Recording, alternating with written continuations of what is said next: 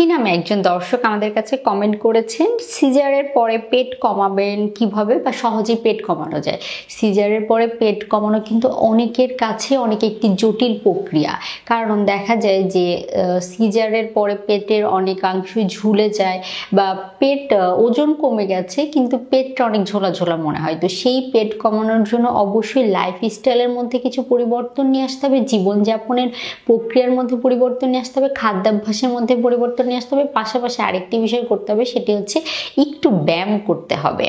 আপনি যদি হেলদি খাবার গ্রহণ করেন, আপনার লাইফস্টাইলের মধ্যে কিছু লাইফস্টাইলের পরিবর্তন বলতে সারাদিন বসে থাকা যাবে না, আধা ঘন্টা পর পর বাচ্চাকে আপনি যত্ন নিচ্ছেন বা টেক কেয়ার করছেন, তার পাশাপাশি কিছু সময় পর পর একটু উঠে হাঁটার চেষ্টা করবেন।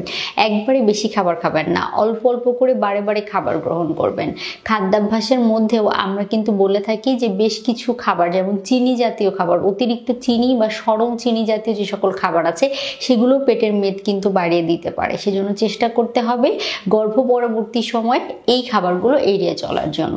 আর পেটের কিছু ব্যায়াম যদি আপনি করেন তাহলে কিন্তু সেটি আপনার পেটের মেদ কমাতে খুব ভালো কার্যকর ভূমিকা পালন করে থাকবে।